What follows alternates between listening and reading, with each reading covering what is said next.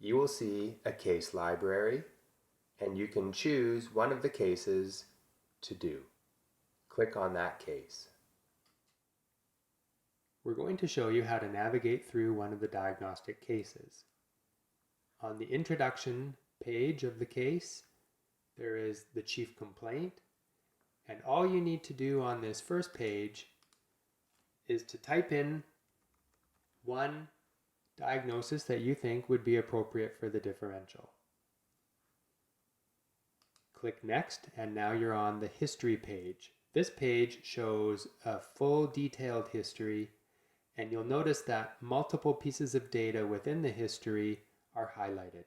These items you can interact with, and for any item that is appropriate for your differential diagnosis, you click on it and click on the appropriate box to indicate whether this data increases or decreases the probability of this diagnosis. For example, pain in the right lower abdomen would increase the probability of appendicitis. You will inevitably think of other diagnoses to include in your differential, and at this point in time you can add any of these diagnoses that you like, up to a maximum of 5 diagnoses. You will then completely analyze the history, assigning all relevant data to the appropriate green or red boxes. You should not assign all of the data because some of the data will not be relevant. When you're finished analyzing the history, click on Next, and you will be shown the physical exam. The physical exam is the same as the history. You go through and analyze the data, and when you're finished, click Next, and you will be on the investigations. I've already added some investigations, and what you do is click on the box up here, and if you want, for example, a chest x-ray, you order it and then get the results. You can show the results and then click on any relevant data that's within those results to your differential diagnosis. If you've ordered blood work or lab work, those results will also be shown, and you can click on any of the data. For example, a white count, a normal white count, would decrease the probability of appendicitis. You can click on the name of the diagnosis at any time to see what data you've added, and if you made a mistake, you can delete that data.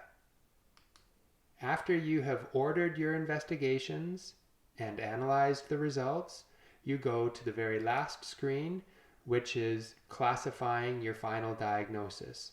You must choose a most probable diagnosis, and as an option, choose a less probable diagnosis. You also need to indicate your level of confidence in your diagnosis, and then when you're finished, click on Complete Case and see Stats. There is a maximum of 5 diagnoses that you can populate into your differential. There is a maximum of 15 data points that you can put in each green box or red box.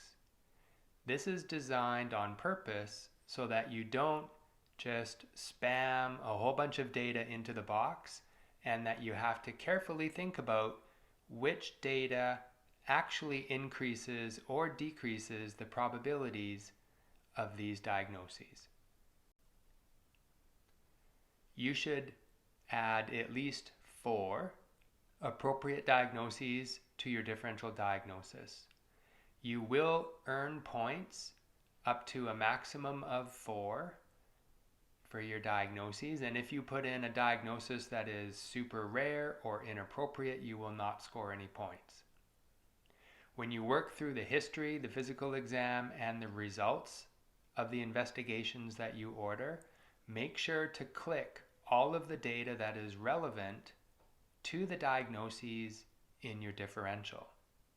Don't forget to click on the pertinent negative data as well.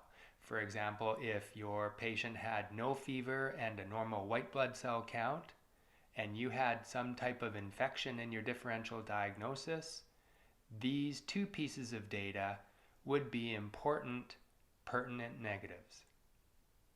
Do not click on data that is neutral or useless, because you do have a limit to how much data you can click into each box, and you want to only select the high priority data. When you are ordering investigations, don't order too many investigations, otherwise you might lose points. Every time you click on the Get Results button, this adds one round of investigations. So you don't want to order too many rounds of investigations, because you can also lose points. This means that you have to make a decision about how many investigations you want to order in the first round, how many you want to order in the second round, and so on. If you order an investigation, you need to use the data in the results of your investigation to click on something in your differential. If you order a test and you don't use the data, then you need to step back and ask yourself, why did I even order that test?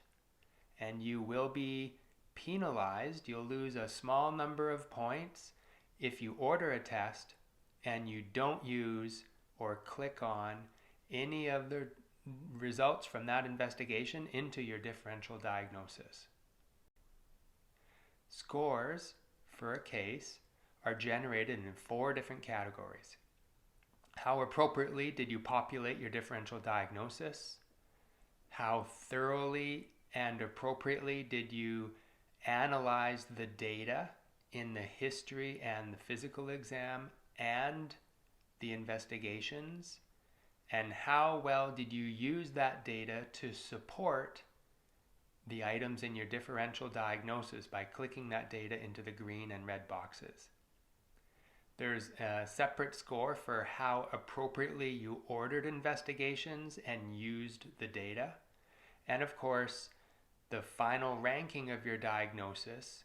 Which diagnosis did you choose as the most probable diagnosis for this case? There are points attached to that step as well.